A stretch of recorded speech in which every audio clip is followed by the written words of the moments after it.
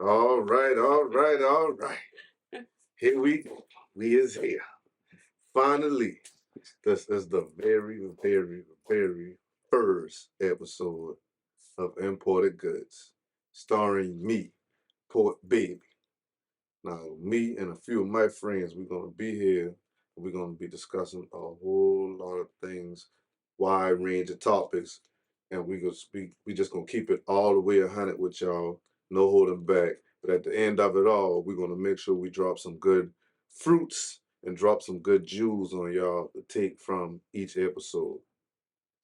My first episode is gonna be guest appearance by my cousin Chevonne Younginer.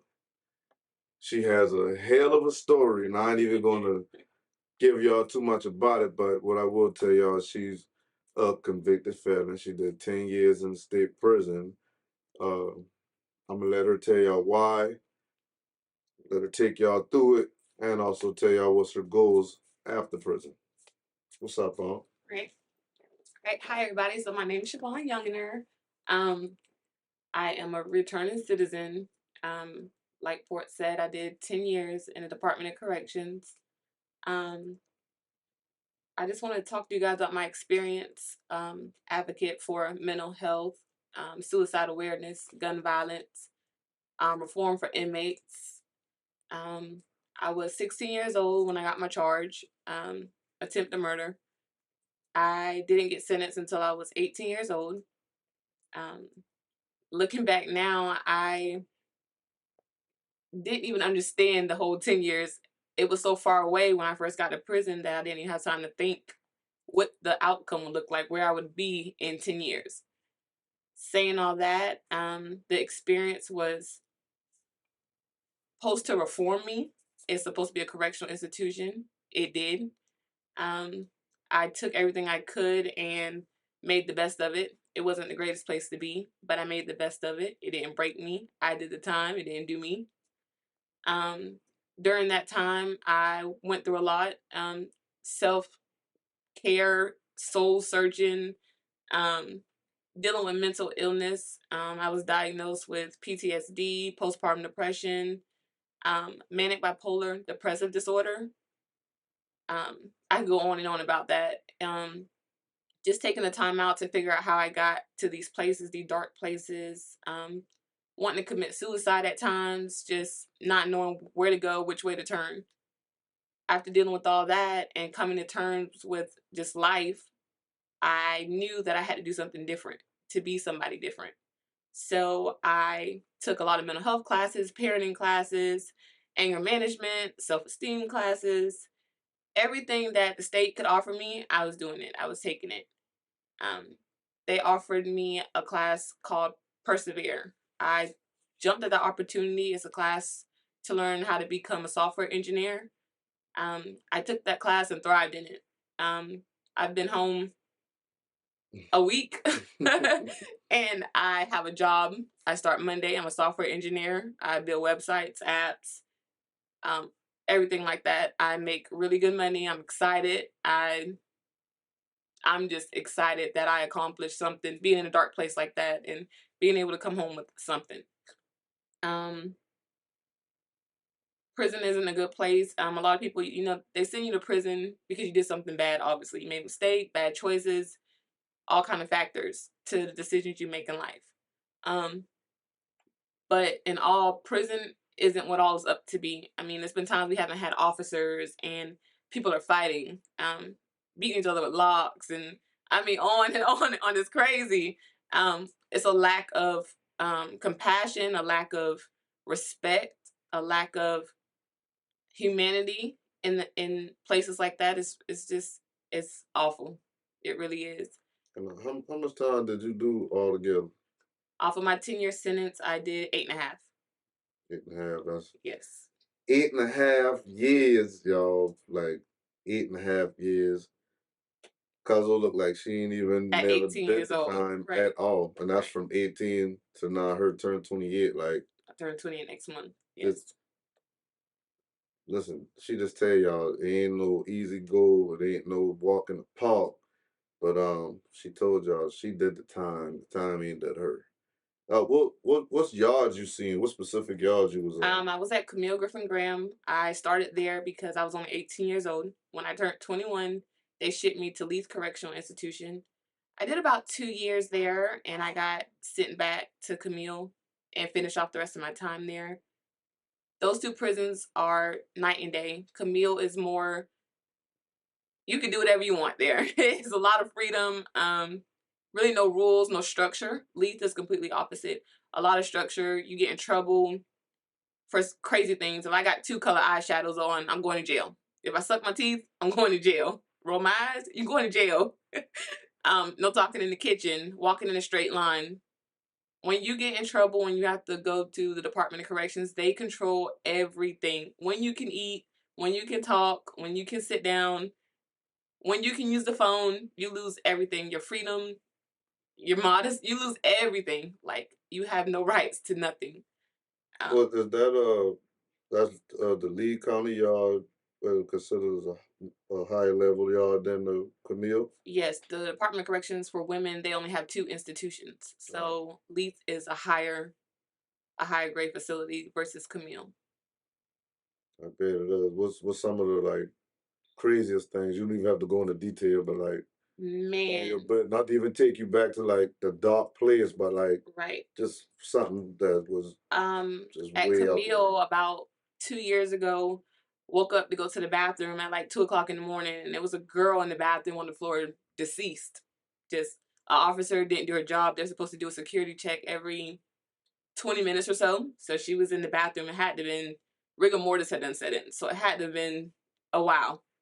And just being locked behind a door with a situation going on like that and not being able to get the proper help you need. And then their protocol, they're not allowed to touch us. So me and like seven other inmates had to carry this deceased female to what we call the back door, and give her to turn her over to the EMS and them. So situations like that going on all the time, suicide attempts, um, just I can't even get in. It's so much. Yeah. Just it's rough. Well, what about okay, so you get the time, you're Hmm. 18, we talking attempted murder, 18 years old, you don't like you said, you're not even processing your time at the time of your sentences. But at that time, what is going through your head? Like when you hear this judge telling you what your sentence is, after you get those, you walking with your ball and chain and your cuffs on, Hmm. going back into the tank, like what's going through your head? What's going through your mind? Like I said, I got my charge at 16 years old. I have a victim. My victim is my daughter. Um, it was. I knew at the time I was facing a lot of time. They were trying to give me life at 16. Um, so I knew I was facing a lot of time. So 2 years later, I was out on a PR bond. So going to get sentenced, I was expecting a good bit of time. I was like, okay, maybe 20 years or so. I was expecting to go in there with a good bit of time. I'm a firm believer in God. I'm a Christian, Jesus. I'm a firm believer in that, and I prayed constantly. And walking in that courtroom, I just felt like whatever happens, happens. It's gonna be for the good. I'm gonna turn it into the good. I was still really numb. Um, I actually don't remember hearing the judge sentence me. I just knew I got sentenced and they was taking me away. When I got back in the tank, I was alone, and I think that's when it hit me. And I kind of just shed a couple tears. I didn't break down. I just shed a couple tears, and I was like, "What am I going to do from here? Like, I can't let this defeat me. So what am I going to do from here?" And it hasn't been easy. I've had times where I fell, like I said, suicide attempts, suicidal thoughts. Just felt like I wasted my life, and but I just had to climb up out that hole and make the best out of it. My life wasn't over. I had a second chance. I had a max out date. Unlike a lot of the females back there in the institution with I like, okay, like that's already like a me. whole lot to be taken in, especially at 18, 16, from 16 to 18, like that whole process of you waiting for trial and all that, like that's already a whole lot to take in. So like when you got back there to start your sentence, like, we talk about all that mental trauma. Like, what did you do back there to start your journey on healing? I stayed in my Bible a lot. It's something at the beginning when you first get sentenced and you enter the Department of Corrections. You go into what they call receiving. It's where they do all your blood work. If you need mental health assistance, they have to like classify you to figure out what yard you're going to and things like that. I stayed in my Bible. I was in a small cell with two other people. I slept on the floor because I was the last one to get in. I stayed in my Bible. We got to use the phone 2 times a week. Um, we stayed in that room 23 hours a day.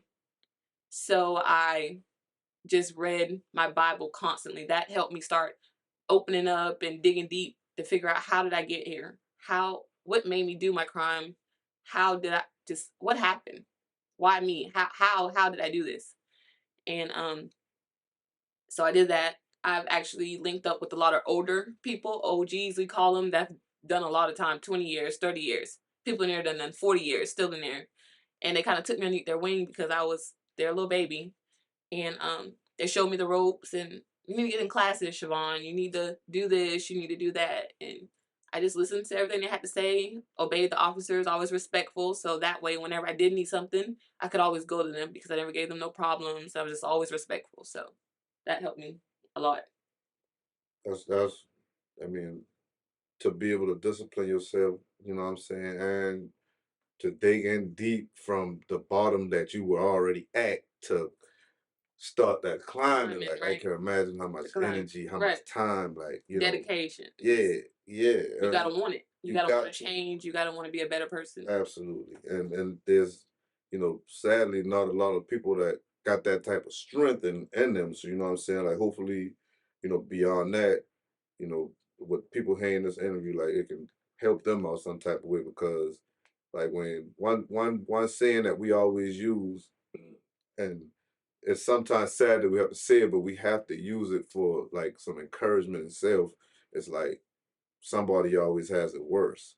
And It's me true. knowing you from being your cousin and knowing your story and your family and background and all that, I know, what I'm saying, the level of Right. trauma and everything else you have experienced throughout your life.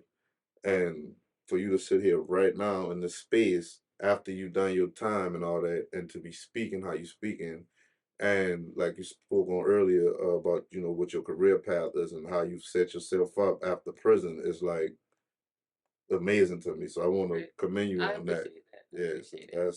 that's amazing. And you got some people with even lighter traumas who not even able to bounce back You're right. after some of their Right. experiences. So Trauma's real. Trauma's yeah, definitely real. yeah. I've had a lot of trauma.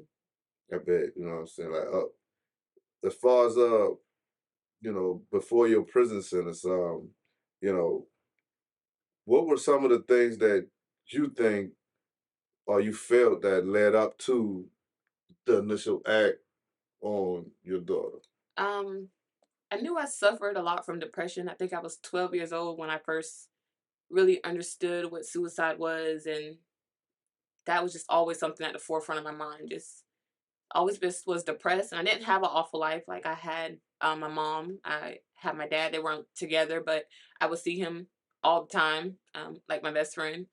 Um, my mom worked a lot to take care of us, always, and I just was always home with my siblings, and I just wasn't able to be a teenager or a child like I wanted to be. And then I thought I was grown. You meet somebody, you like them a lot, and it goes from there. Had a daughter at 16. Um, the moment I seen her, it was all worth it. It was all worth it. I had a rough pregnancy, a rough time, just my family accepting what was going on at that moment. But all in all, I don't regret any of it. And so yeah, And we talk about family and your dad and your siblings and you had a traumatic experience, of course, with your father too. I did. You want to tap in with that a little? Yeah, sure. Mental health is real. I'll probably say that 1,000 times. My dad, in March of 2012, in front of his whole family, he put a 357 in his mouth and pulled the trigger. Um, it was a crazy experience. I was like literally in shock. That was my best friend. Um, You never know what anybody's going through. You never know how they feel. It's just always best to be kind to people. No matter what problems y'all have had, any issues, always love each other, just be kind. You walk by somebody, just hey, have a good day. How you doing? You know, you just never know. Um, he lived for 4 hours afterwards. So we all got to say our goodbyes and stuff like that. Um, it was just a shock. Nobody at all could just believe it, wrap their minds around it because he was a fun guy, always laughing around everybody. Um, it was a total shock to the nation because it was crazy. Great job. A motorcycle group, um, success, A dope guy all around. You know what I'm saying? successful, had 2 businesses. You just never know. So, suicide is real. Mental health is real, and you just never know. So always take time to tell your loved ones you love them. Check on them if you see any difference, anything going on.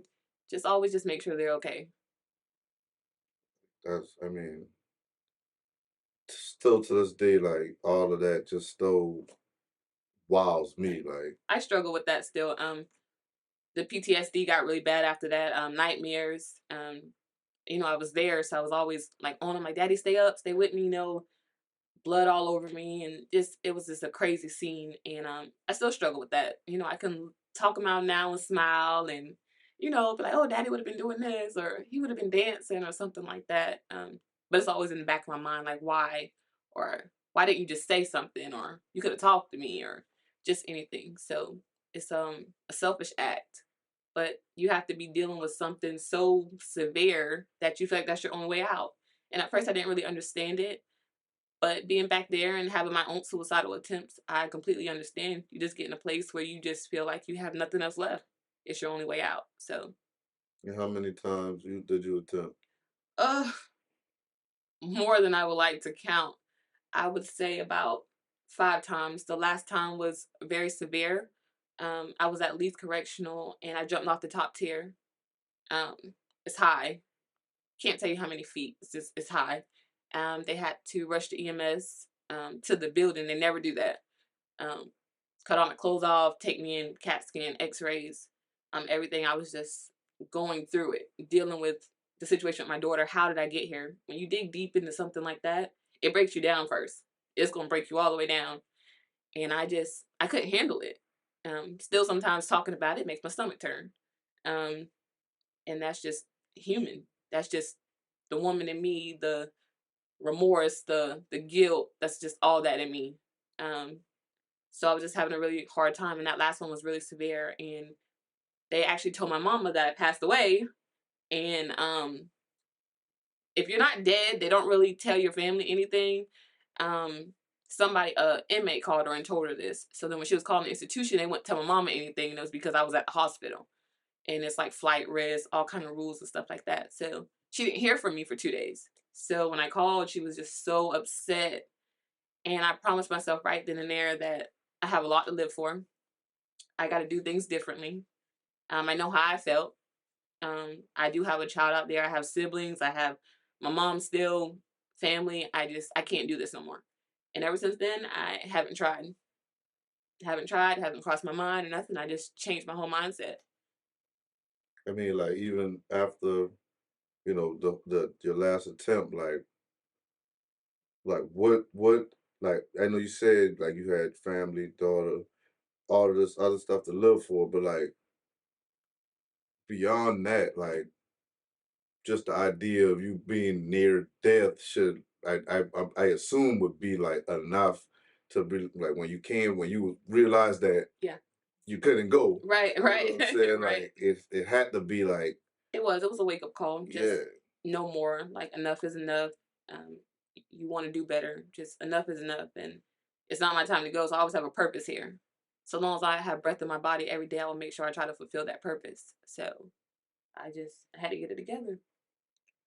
And just tapping in on that, y'all, like it's got a lot to do with forgiving yourself. Like, you know, you can forgive yourself, you know what I'm saying? Like don't let your past dictate Your future. your Where you're future in a going. negative way, you know what I'm Right. saying? Like don't let it hold you down for whatever you can be you know what I'm saying, more than what you are at that point. All now in in this day and time, like you know, there's always a second chance if you give yourself that chance. You know what I'm saying, or if God grants you that chance, like you got that second chance, you better make the absolute best of that, and you know what I'm saying, live it out, live life to the fullest because it's wild out here. It's a crazy time and it's a crazy world, and we can live some crazy lives at the end of the day.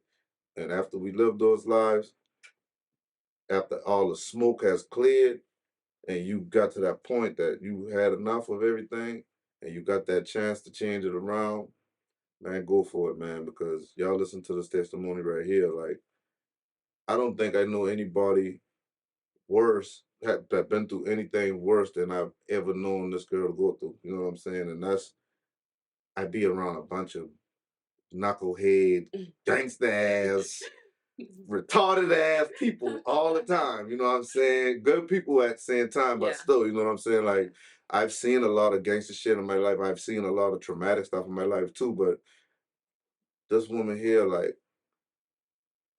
I I've witnessed all of this stuff, like all the after effects of all these events personally. Her mom was calling me personally to let me know everything about everything she just told y'all. So for me to even be taking all that in, like, damn, like, god damn, like, and her to be living it and having to go through it and ultimately back out here right now after all that shit.